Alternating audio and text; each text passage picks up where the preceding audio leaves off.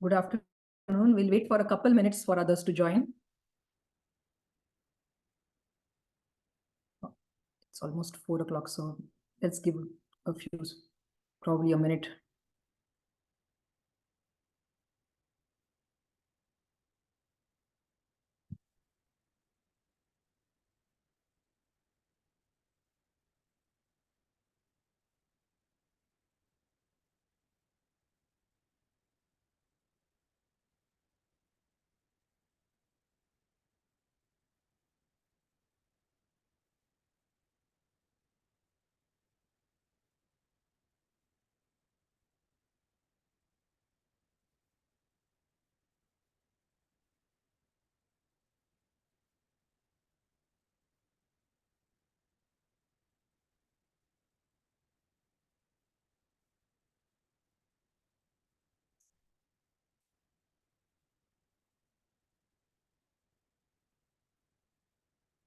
Good afternoon, everyone.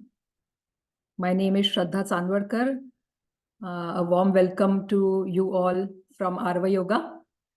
Arva Yoga is a 501c3 non-profit organization, and its mission is to bring the true meaning of yoga through different free workshops in the space of yoga and wellness to the community worldwide. And I am a executive program director at Arva. My role is to bring such programs to you. And as a part of that, and of course, our founder is Vaibhavi Haridas. It was her mission and her vision. Because of that, you are seeing these programs and able to take advantage of them. So we are grateful to Vaibhavi for that. And today we have the Ayurveda series. We have Dr. Ashlesha Raut with us. She is MD Ayurveda from India, and she also holds the title of Vaidya, which only doctors who have done MD get that title. So she's also the director at Ayurveda for Healing, and also a professor and program director at Ayurveda Academy, Ananda Ayurveda Academy. She also holds a holistic health practitioner's certificate, and she is board certified in integrative medicine. And I also know her since about a decade now. She's a good friend of mine, and I'm really looking forward to getting this knowledge from her. So I'm hoping that you all are also excited and make the most of it. Over to you, Dr. Ashlesha Raut. Thank you. Thank you so much, Shraddha, for your kind introduction. And I'm so happy to be here with Arva and the whole community of Arva. Specifically, as already Shraddha has mentioned, that I'm Ayurvedic Vaidya or Ayurvedic physician or Ayurvedic doctor, whatever you call. But my very much intention of being here is first of all for the invitation, of course, thanks for that, but I like the cause why Arva is being even formed. I'm so much moved when someone who is such a dedicated, who's not directly related that way to Ayurveda or yoga. Of course, anyone can do Ayurveda and yoga, but still has that true affinity to know and reach out to people worldwide to give that explanation that what is the really true meaning of yoga. And many times people do define in US as a Ayurveda as a sister science of yoga, and I understand in that sense, but actually they are all both together. I mean, you cannot say a part of a tree and say, oh, fruit is a sister of a leaf. Right? Or the root is a sister of a trunk. And you will understand when I'll explain this in further. Just wanted to add one more thing, as Shraddha was saying about the yoga aspect. I am also a professor at VAYU. VAYU is Vivekananda Yoga University, which is located in California. And it's the first yoga university, which is outside of Bharat or India. and that's how it holds the more importance. And it's the very accredited university in California. So with that, let's get started with today's topic. And again, I wanted to thank Vaishali for this kind invitation, and thank you, Shraddha, for introducing. So I guess I will start. Okay, you have to give me permission to share my screen. Can you please?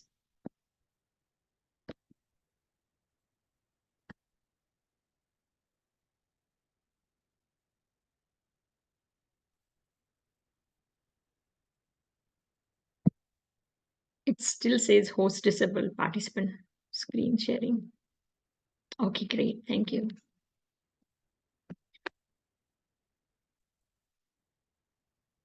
All right. As you know, this is actually a lecture series, and this is your first session of this lecture series. And the title for the first topic is Ancient Ayurveda, Ancient Wisdom for Modern Life. And I always love to talk on this subject, not just because this is my profession, but sincerely for the reason that we in modern lifestyle, we are being getting somewhere else. And this is the most important time when we should actually be with Ayurveda. In fact, I would say we don't have any other choice than this. Otherwise, we are with this whole plastic industry growing, and you know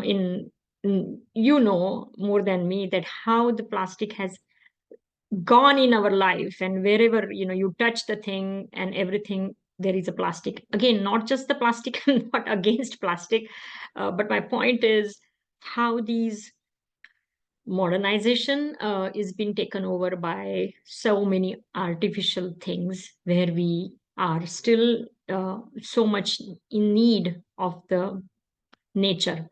So with that, let me first actually talk about what is Ayurveda, right? Let's understand first Ayurveda, and that may be and then I will definitely again touch base with this, the whole aspect of why this topic.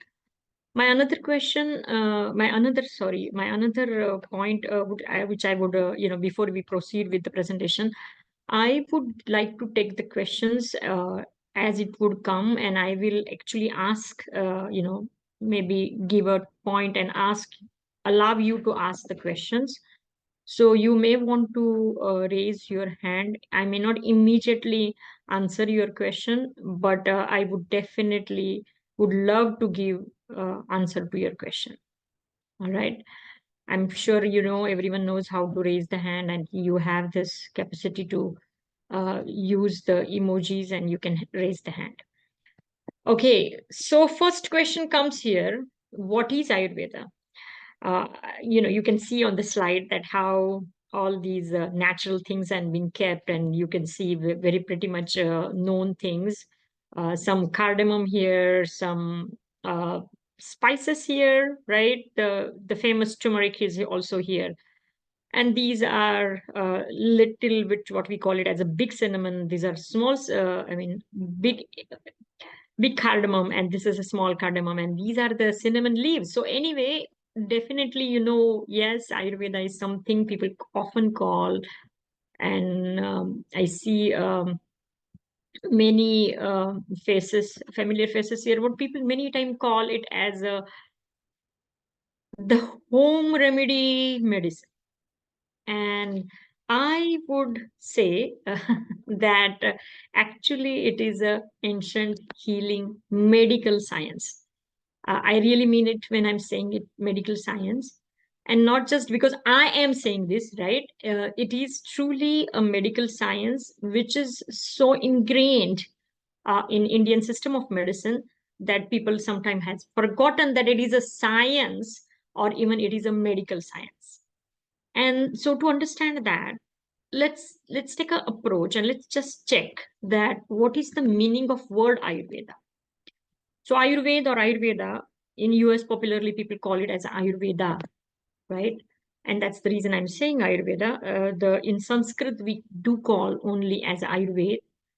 And so the word Ayurveda. Now, as you may be aware, this is a Sanskrit word.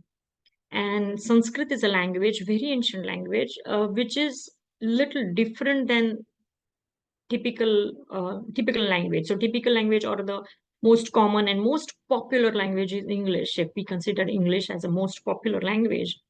So it differs in many ways with the English. And the very major difference is that this is a qualitative language. What does that mean?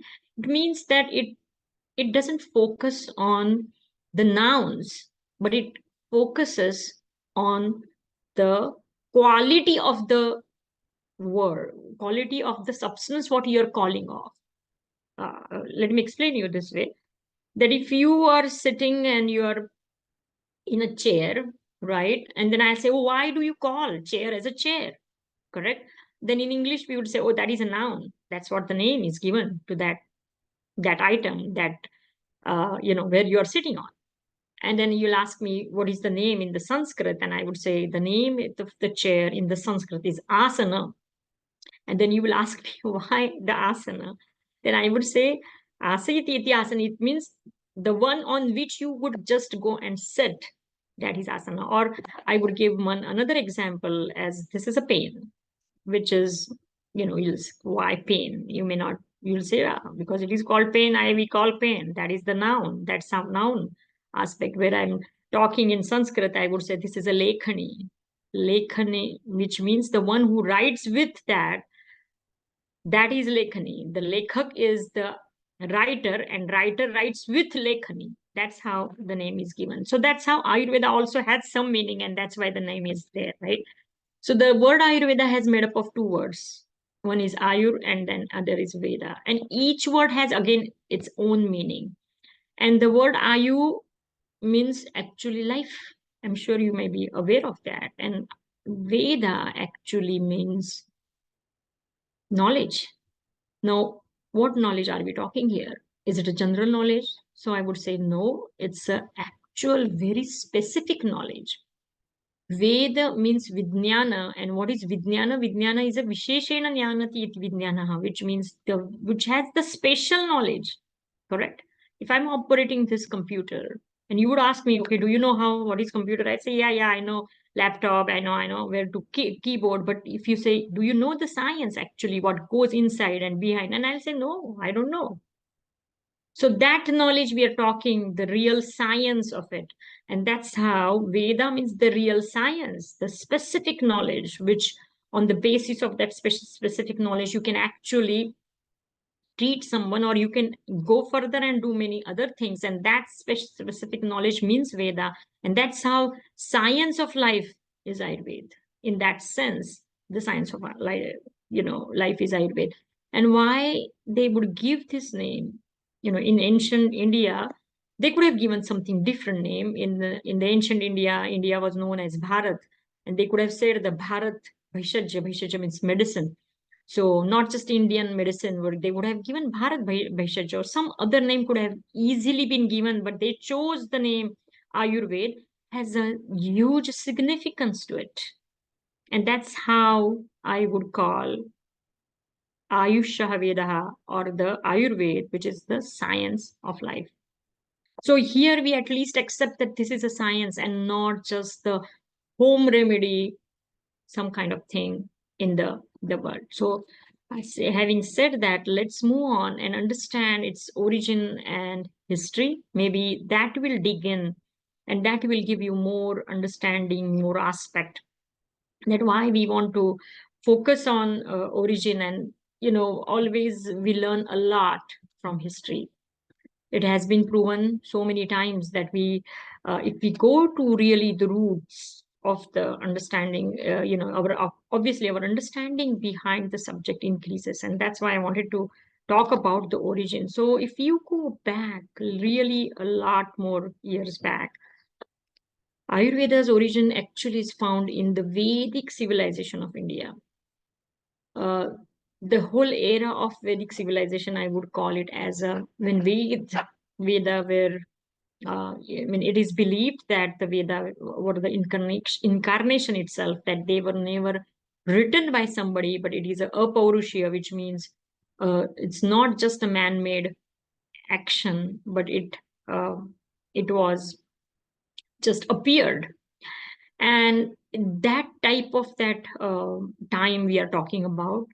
And if you go back again and begin the little history, then we can say the Vedic period almost goes back at least 20,000 years ago.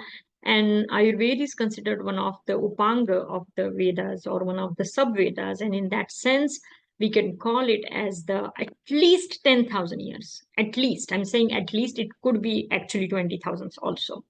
The reason behind that is the written thing about Ayurveda, or the written manuscripts which we get now, is at least 10,000 years ago. And that's why I'm saying 10,000. But why I'm saying at least, because before the manuscripts were available, again, it's not just one manuscript. There are literally, I'm not kidding here, but 100 million, more than 100 millions scripts are available about all sort of Ayurvedic. You can say these are the Ayurvedic reference books available, and they are available now also. But the one again, in that very specific one, which we kind of believe as a Bible of Ayurveda, or there are still those are also 6, so not just one.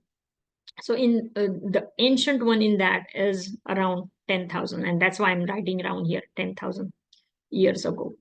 So the recent research, archaeological research, or hydrological research, or astrological research, astronomical research, all these various research, if we would see regarding how old the Ayurveda is, then this number comes, or how old the Vedas are, and then it comes actually even 20,000 years ago. Another aspect what I wanted to focus here on, that before it would come into the writing, right? It was there in oral tradition. So meaning of oral tradition is that you will get your guru, or the teacher, or the master will teach you, and then that's how it comes into the oral tradition, and you will recite everything, and then you will remember that, and then you will use. So that's how it would go, and that's the reason I'm taking you so long back. You may see on Google, on Google many times it is written 5,000 years ago, and you would wonder why I'm writing. So these are the basis, and that's why I wanted to focus on that it is at least 10,000 years ago. All right, then I would go, and sometime often a question is asked that it's such an ancient thing, isn't it? Like 10,000 years, it's like huge long time era. Why one would want to even know?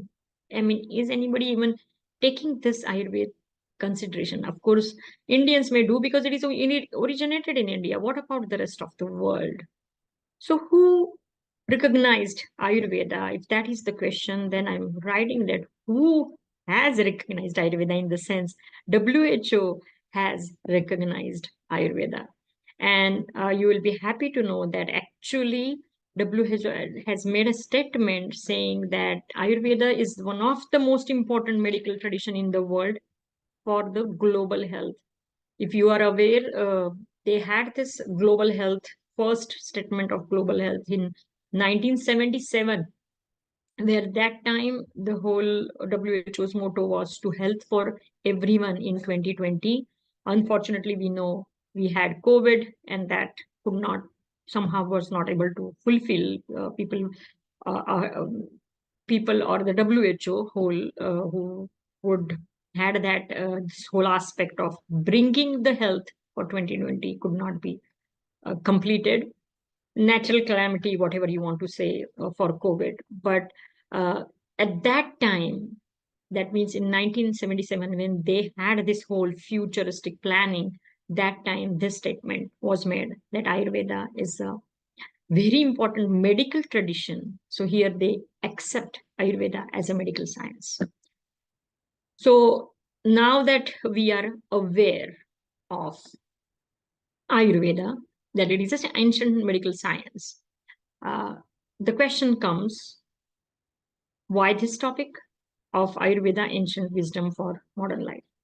So before I go on to this topic, anyone has any question? I don't see the hands are raised, so I guess I'll just proceed with the next this topic.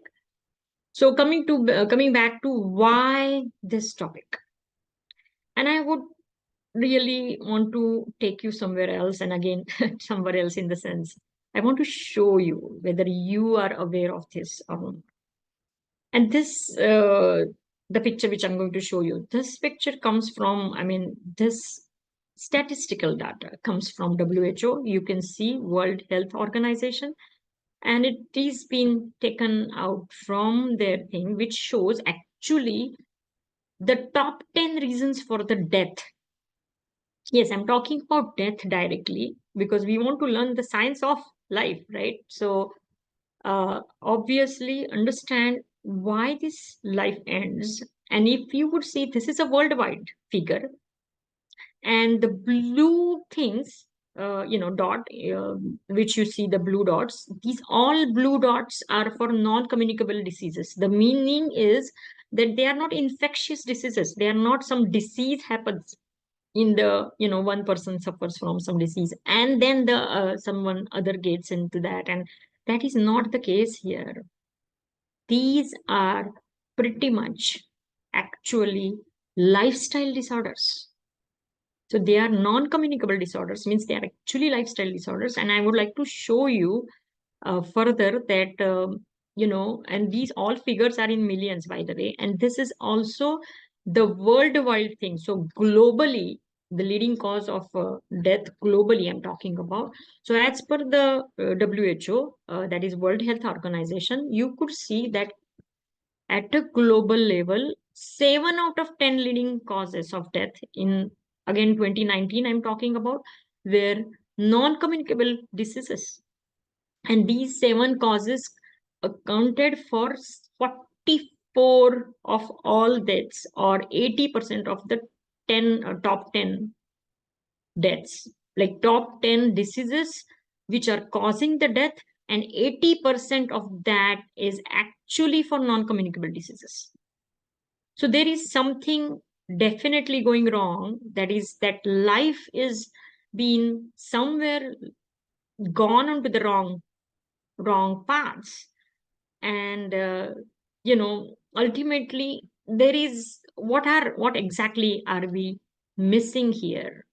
The things which I mentioned till was 2019. So I wanted to show that what happened suddenly in 2020 or 21 and 22.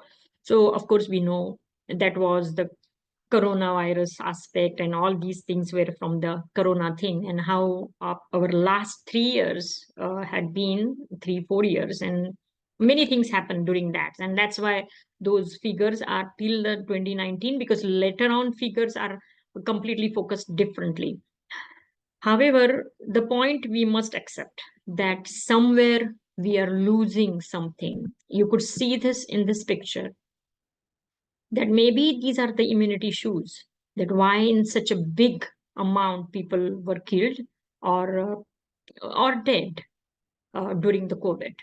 And somewhere we must understand that the immunity is not just that you eat one pill and you get it, correct? You have to build the immunity, and immunity is a process at every level of existence. You cannot just say, okay, I'll just have, there is no such magic pill that it is been given and you would say, okay, I have immunity, and you would go. You definitely, we saw that during COVID. There were so many other aspects. People were doing the nasal cleanse, people were taking the steams, some people would do something on the legs, and some massages were important. Mental health was so much prominent. We understood the really the importance of mental health. The amount of suicidal aspect attempted since then are tremendous. So again, coming back to immunity is not just one pill away thing. It is actually is completely the overall health. And I think there comes something very, very, very important that we should think about, that what is exactly happening, and is that what is our lifestyle, which is taking us away from nature. And truly, if you would see that what I was saying in the beginning, right? That in the world of this whole automation and so many artificial things are been happening around us, we definitely should think about that why Ayurveda is really needed. And and this is again one of the example I wanted to give you, that see, not only even before COVID, the the death rate was due to the lifestyle problem diseases, actually, rather than just the infectious diseases. So with this, let's truly understand that what is about that Ayurveda I'm saying about, that why Ayurveda is so unique, or why we want really Ayurveda to topmost when we are living that modern life. What is that which Ayurveda would help you, and which will give you the more strength, and why we do you want to do Ayurveda? That is the right time for this.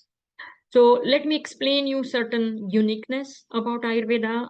You already know what is Ayurveda, and let me now take you to that further nuances and further details about Ayurveda. So how Ayurveda is unique is the very first pointer I would make here is that Ayurveda is nature's medicine. I told you we are going away from the nature, and now we are making the statement that Ayurveda is nature's medicine. And why am I saying it is nature's medicines? And it has been seen so many times, and I can, give many examples, but I'll give you a simple example here, which has been often seen. So studies have been conducted. It's not just that I'm saying something on the general level. So studies have been conducted where generally they have done this. I'm giving one kind of study. There are many such studies, but in the waiting room of the doctor's office, if you would see. So this study is specifically regarding the cardiac health, right? Because one of the major health major cause for the death is cardiac diseases, and most of the time it is a ischemic cardiac disease. That means heart attack, and people get heart attack and they die, right? So something related to that heart diseases and those clinics, this study has been done. In that study, what you see is that they made two waiting rooms. One waiting room, when you go and see, or you go to doctor's office, and then you have to sit in a waiting room, and then your turn comes and you go inside. So those type of two waiting rooms were developed. In one waiting room, you would see that they had kept a fish tank, okay, or some kind of trees around, and you would sit and you will absolutely would feel that you are sitting with the more nature. And then the other waiting room was absolutely the office setting, which would have nothing live or no such decoration, and it's just office space.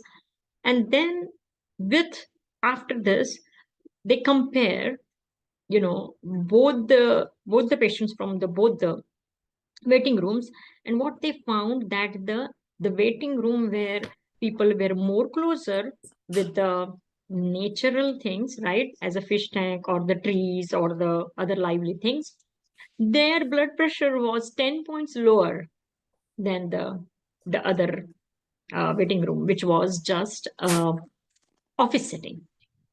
So the point, again, the nature, the more we go closer to the nature, naturally we heal. We don't have to do anything. It's an aspect. And you must be seeing that many people are fond of keeping the trees inside the house. And there is a reason. It's not just the decor. It's not just the decoration, but it is actually way of helpful thing, on our bodies.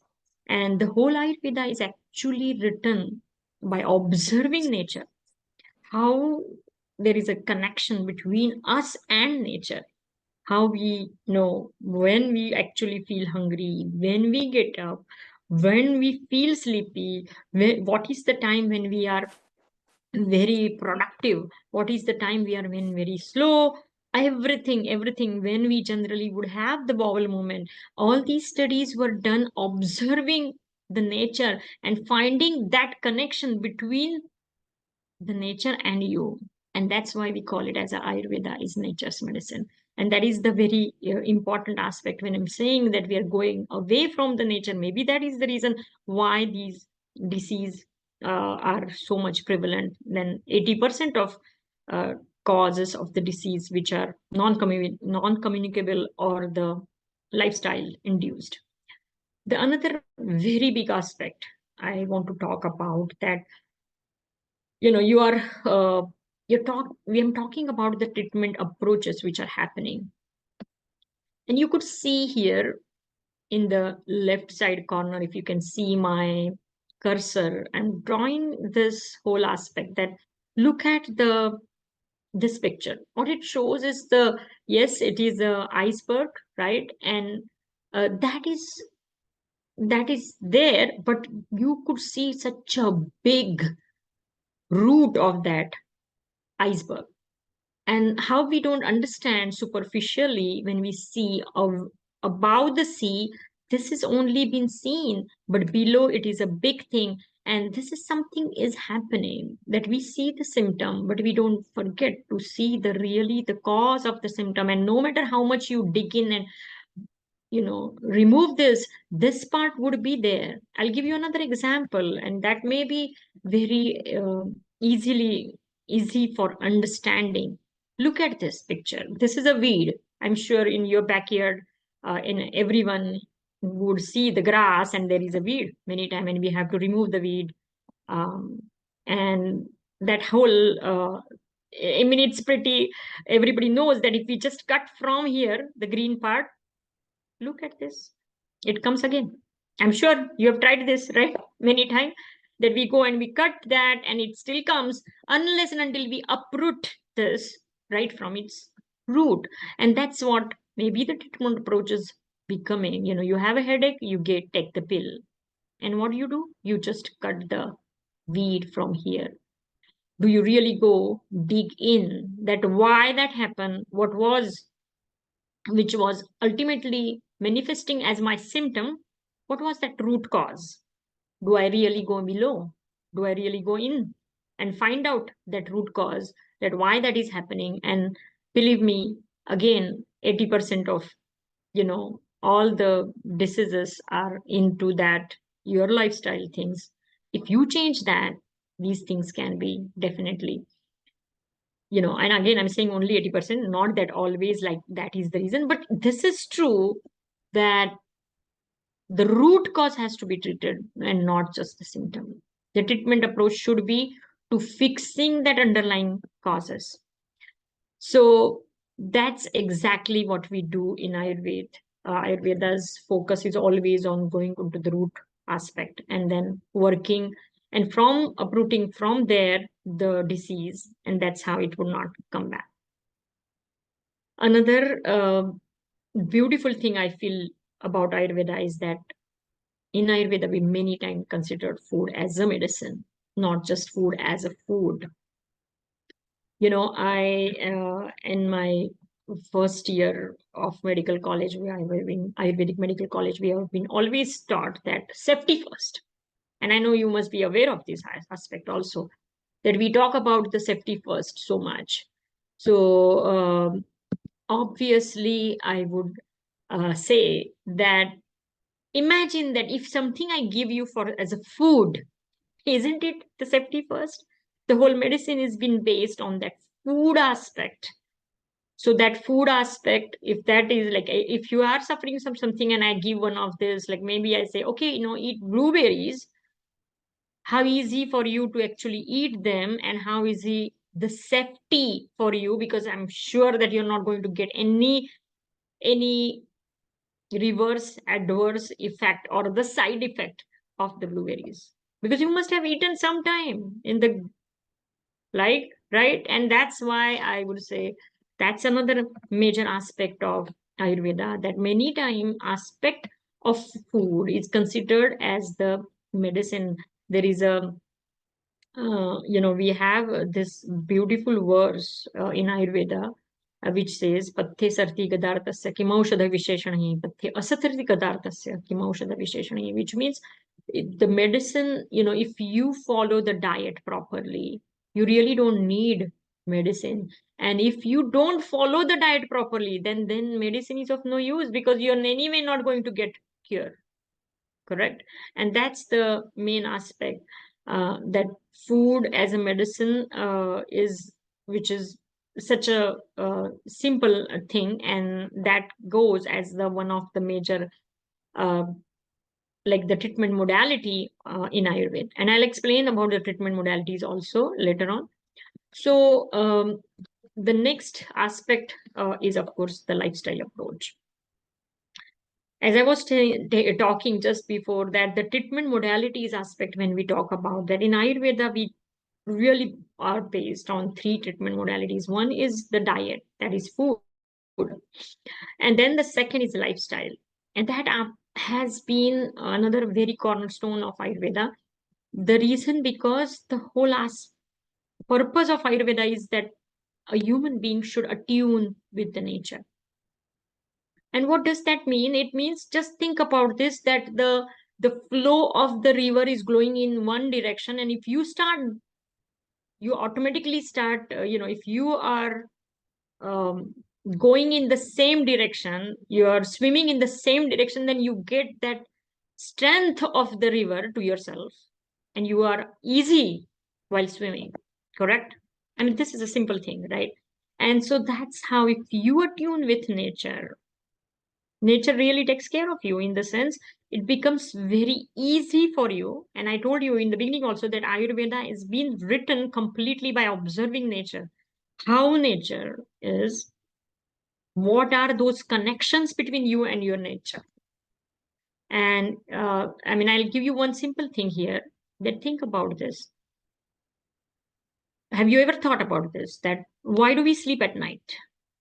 Whole universe, we all sleep at night. And people sometimes say, oh, because sun is not there. Why not sun is there? There is a light. We have invented electricity. We still sleep at night. We still make it dark and sleep at night. And then now the current contemporary science have proven that as there is a relation between sun and you, of course, and as the darkness comes, your hormone melatonin secretes, and that induces the sleep. So that means there is a relation with nature. Correct? And this is the one example. That's how there are many examples why you get up in the morning, why you feel hungry during the lunchtime, or why do you feel lethargic after eating food. There is a whole lot of science behind that, and that exactly Ayurveda explains. Not even that Ayurveda is a very big on dinacharya, which means the daily routine.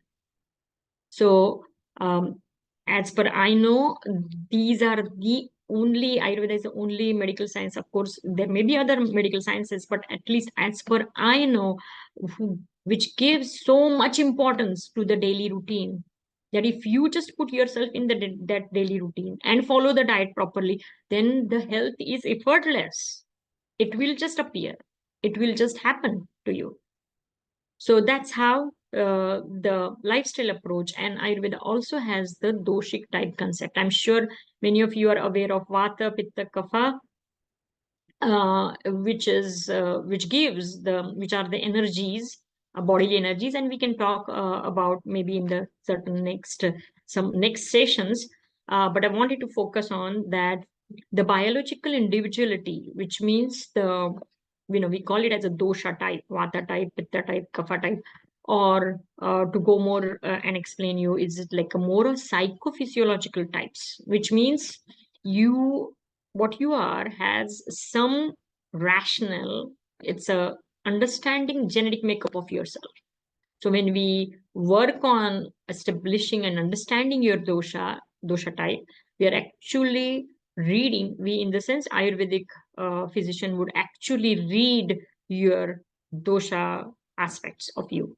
And that's how it would go. And that's why that is another very excellent approach which takes Ayurveda as an individualized medicine. And that's how it is being considered. The individualized, the other aspect of individualized medicine, or also people call it as a customized treatment, that which means each one is unique according to Ayurveda. Like how your hand, and you say, okay, my handprints are unique to me, it is not to anybody else. The same way your psychophysiological nature is unique to you.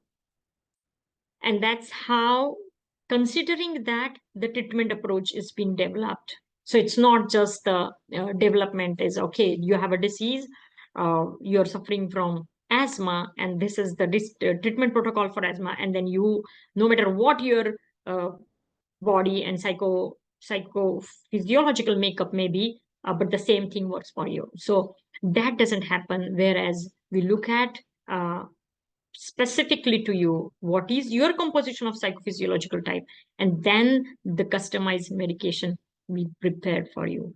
And so that approach is very much important. The another aspect which we mentioned was the holistic treatment, right? The holistic, you could see here into the in this picture, which I'm showing specifically, you are not just your body, and you're not just even your mind. You are actually combination of all these three things. And then in between stays the ayu is that life. Your life is in the actual congruent three circles come together, and whatever in between, that is your life. And we're talking about that. And so considering each part of that when we do treatment, yeah, that is that real holistic treatment.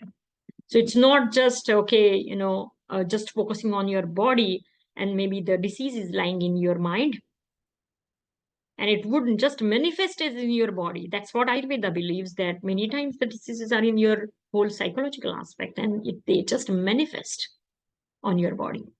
So that could be the approach. And so these are the, whatever I spoke about, those uniqueness of the Ayurveda. And obviously many times I get this question often, that what to expect when you go for the Ayurveda consultation, and what could be that approach. And basically that could be the lifestyle, the diet, nutrition, I already talked to you, the lifestyle recommendations, the yoga. So yoga, meditation, breathing exercise are all the sort of lifestyle recommendations. I'm sorry. And then comes the medicinal herbs and the detox aspect. And one more important aspect I would like to talk to you, and that is about the Sattva Vajay Chikitsa, which is again the counseling. Ayurveda believes so much that the aspect of disease doesn't happen. When we want to uproot the root cause of the disease, we have to really focus on the next aspect of it, and that where did it come from. And that's why that Sattva Vajay Chikitsa is very, very important. We do understand about, I wanted to show you, I wanted to show you about the,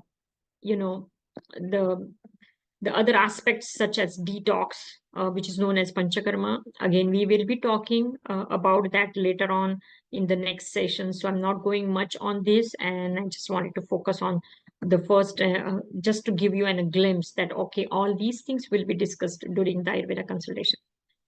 And again, herbs is a part of the medicinal aspect here. No pharmaceutical drugs are utilized. Always it is a type of herbs. Then we go and ask this question. Many times people ask this, that who really the Ayurveda has, whom should Ayurveda is for whom? And then basically, is it like what type of diseases Ayurveda treat and all these kind of things. But I would suggest it is actually not just the disease oriented medicine. Please understand this. This is so important aspect. The Ayurveda is not just the disease oriented medicine. It is actually, of course, it works on disease, definitely. Anything disease, but more than that, it is also for the disease prevention. It is a health enhancement. It is for the disease elimination, uprooting the disease, and for the longevity also. And the most important thing, for the balance of the life. Balance of the life has another major aspect. I would like to tell you that when we say life is balance, I mean by not just the physical health, but the psychophysiological purposes, that health also, and a peace, a true peace, which we call it as, people say it's not just the peace of mind, but it's something my heart feels that peace. That aspect is also the balance of life. I'm talking about the global peace, which is so much important with all going on in this world and so many wars and all that we hear about. And it is strongly believed always that unless and until you have peace inside, that inner peace is so important. If you don't have that inner peace, the external peace cannot be just expected. And those all who love about that love, happiness, and peace, they should also think about Ayurveda, because Ayurveda again brings that holistic approach at all these three levels: body, mind, and soul or spirit.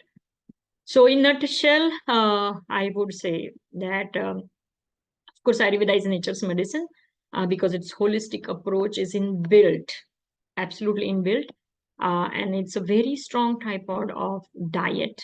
That is, the food, the lifestyle. That is, which I said, like, when you have to get up and when you have, you should not be staying late, or what you should eat and when you should eat, and what combination you should make and what combination you should avoid, and which herbal supplement, if at all necessary, then you should be getting. All these things would develop automatically your immunity, and more than that, it will create that holistic health balance. And of course, everything will happen naturally. So with that, thank you so much. And I think I'll open up for the questions.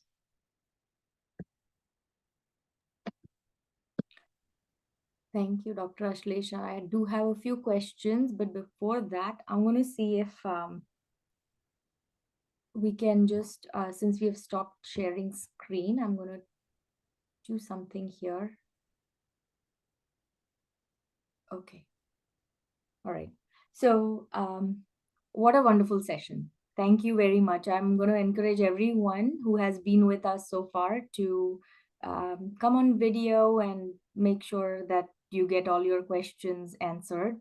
Well, a few things that struck me particularly were the fact that food element, when you said eat blueberries and nothing's going to happen to you, that was really awesome. Yeah, you're so right about it. Um, is Ayurveda for mental health too? I know we have a few sessions later on about mind-body connection, but what about strictly someone going through mental crisis, let's just say? Is Ayurveda going to help them? Yeah. So as I said, it is a holistic approach, right? We otherwise also take the mental approach in. Even if you don't come, it's not a disease of mind, but bodily disease. But we still look into that, whether it's anything going, like stress or something other things are going on. So having said that, of course, when something serious mental crisis are going on, Ayurveda would help in that as well. One thing I definitely want to tell you, that direct approach, always, as I said, disease elimination is the main. When you say a medical science, of course, there is a disease elimination, and it is considered as a disease, the serious mental unwell. And so that approach would be always taken. And then later on, how to build the mind more stronger, that is also been taken. So we would always talk and think about that as well. So, yeah, we will be talking about that is the next session, that we will be talking about the mind and mind perspective. Does anyone else have a question?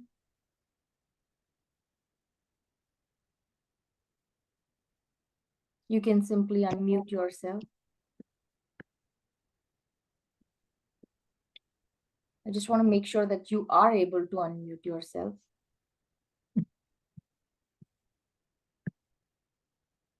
Or simply type in chat. Dr. Ashlesha, do you want to check your chat? Because I think for the duration of your session, only you could have gotten chat. I don't see, but I encourage if anybody Okay. wants to put it in a chat, and it's okay. Sometime, it's a Sunday evening, people may not be willing to show face. That's That's absolutely okay. That's fine. perfectly fine. I do see a question here from someone asking where in California, or where in CA. So if you're talking about Vayu, that is in California. Again, it is the main office is in California, and I can send you that address, but it is not. It's a online university, and major things are been, with this COVID thing, everybody went on the online. So okay. So one more question that I have is, can Ayurveda consultation happen remotely on Zoom? Or, I mean, we have always seen people do Nadi check, which of course has to be in person, I'm assuming. But what about generally? yeah, in so general? even so I have actually like two practices here. One is in Bloomington, Illinois, and one is in Chicago, where I am now. And then we still have the third is online. So Okay. of course I do Nadi Pariksha and everything, but sometimes people just can't come, and I cannot expect someone, okay, California, just fly here and I'll see your Nadi and then you go. May not be practical, right? So we do the online consultations also. We have a special portal which is HIPAA compliant, and Okay. then that kind of thing. Yeah. Got it. Okay. Just a few logistical things. If nobody has questions, I just want to say, I think Uma was trying to unmute herself, and okay. I don't know. I see her email, I mean, her text that will you provide a recording to this of Okay. this? Oh, that's exactly, because I think some questions you might have seen them along the way. So Yeah. we have recorded this session. What we'll do is we are happy to share the recording with everybody who has registered. I know some people couldn't attend the first one, but they are looking forward to a couple of sessions later on as our months progress over here. So we'll ship over the materials that we shared during the session today to the participants. I just wanted to say one more thing. If that the education aspect, like many times I did not talk this much on this, and this is a beautiful platform that where you can learn about subject. But if anybody really interested in knowing more further, because it's I was like really touching base, and even if we have five sessions, 4 5 sessions, it would be still Ayurveda is a vast thing, right? So some basic knowledge always further adds. So I always tell during when I do my consultations, Ayurvedic consultations, I do tell I call sometimes I call them as a students also, because it's like what I'm doing is actually educating them about their health, correct? That this is good for you and this is not good for you, and how do you, and no matter how much list and everything I give, they still have a question that, okay, if something new comes, like which I have not written in the list, how do they know how to deal with that, right? Whether they should eat or not. So considering that aspect, we have also created this small educational courses where you understand about yourself and you learn about this whole body type aspect, that how is your body and what you need for your body to deal. So even the smallest knowledge can actually give a much more advantage of keeping yourself healthy. That is the main aim of Ayurveda. Remember, you know I did not mention and did not write here, but if you go and see the one of the verses, that is shloka in the Ayurveda, which says that the swasthasya swasthya rakshanam aturasya vikara prashanam cha, which means the one who is healthy. You know, what is the aim? What are the aims of Ayurveda? The very first aim is one who is healthy to preserve his health. Correct? That you may say, I'm healthy, I don't need anything. Well, yes, to that preserving that health, that is the whole focus of Ayurveda. And then, of course, aturasya vikara prashamanam, which means then who is ever suffering from something, we will deal with that also. But the first aim is this. And with that, for that aim, this education is very, very crucial. And everyone should know that. Like, you don't say, oh, yoga, only people who have back pain, they should do yoga. You don't say that, right? When everyone should do the yogasanas or the postures of yoga. And that's how everyone should follow Ayurveda also. So that's why we have this educational aspect also. Ayurveda for Healing has tie-up with the Ananda Ayurveda Academy, where we teach these things in a variety of courses available if you want to learn a little bit, or take your actual health in your hand. Then that's a good idea. Okay, I think there's a question. Yes, yes, Uma, please. Yeah, thank you for a great introductory session. I'm looking forward to the next one. And just to follow up on something you just said, I was wondering whether, like you said, Ayurveda is not only for disease, but it's also to maintain or sustain the health you have. So keeping that in mind, like what are the practices that are good to practice if you don't have any disease, or maybe like you said, you don't really see the symptoms of the disease even if they may be down below, but what could you do on a day-to-day basis so that you preserve what's going well, so that maybe you can kind of clean up what's beneath and hopefully it'll not become a disease?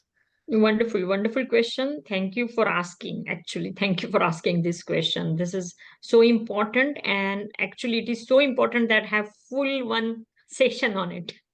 So the third session would be completely devoted for this. That how do you balance your lifestyle? That is the focus of that session. And it's not just the one thing I'll say, okay, do this and then you will be good. No, there is so many. Of course, your body is so complex, right? The whole body, mind, spirit, whole union is so complex. And so it's not just the one thing which I would like to tell, but actually we have preserved whole one session for that. The another, that cleanup aspect which you're asking. And for that reason, also we have the whole Ayurveda detox approach and whole session, separate session, completely separate, where we would just talk only on that.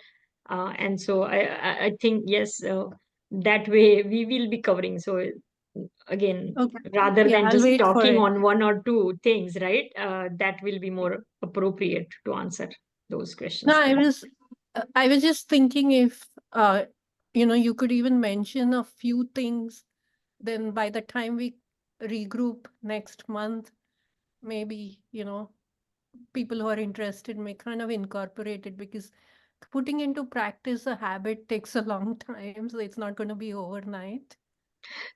So again, as I said, we talk about the dinacharya, and it has 40 points about those dinacharyas. So I would, since you're insisting, I would just say one simple thing which Ayurveda says, and it is right from the beginning in the morning, try to get up before sunrises. That would be maybe the first thing. Yeah. Okay. Before sunrises. Okay. That's a tall order but good, there's 1 month to go before we meet again. So plenty of time to get that into practice. Thank you. I know we are like a minute away at this point in time. Any last questions? Otherwise, I'm happy to wrap up the session over here. Actually, I do have a question. Like about waking up before sunrise. Is there anything like a 45-minute before sunrise because that's some Brahma Muhurta and things like that. I've read about it, but I don't know how important that 45 minutes or 1.5 hours before sunrise is. If So you it is could, actually 90 minutes. Uma, just to be very specific with you, it is 90 minutes. That is a proper prahara. Okay. And again, it has a lot many things. So sure, that is true. But practically also sometimes we have to see, and not everything is practical. And also we are in the northern hemisphere here, more towards thing, and then that's how sometime here sun rises really, in the later. summer it is really rises too early for him. So then you would call me, okay, are you telling me to get up so early? So I would talk all those practical things. I'm not going to give you just the bookish knowledge. We will since I'm a practicing Vaidya here in US, or I have to consider that while recommending anyone any suggestions. So absolutely, we will go on it, about it. Definitely. Okay. Yeah, thank you. You're welcome. Fantastic. Well, I know we are at time over here, and everyone, thank you for your time and hope you got a lot of value out of this session. A big thank you to Shraddha for being an awesome executive program director, bringing such amazing speakers and programs to the platform. So thank you and kudos, Shraddha. And last but not least, Vaidya Raut. This was a phenomenal session as a yoga practitioner, and Arva's tagline being wellness for body, mind, and soul. What a beautiful topic. And we are going to be getting 6 of these as the year progresses. So really, really fantastic knowledge. Thank you for giving your time to this platform. We are very, very appreciative. And just like this, there are other programs on Arva website. So for whoever is still with us, do check out. We'll be adding a few more exciting sessions shortly. And please feel free to register, share arvayoga.org with your family and friends, and let everyone avail this opportunity. So once again, thank you, everyone, and namaste. Namaste. Thank you. Namaste. Thank you. Thank you.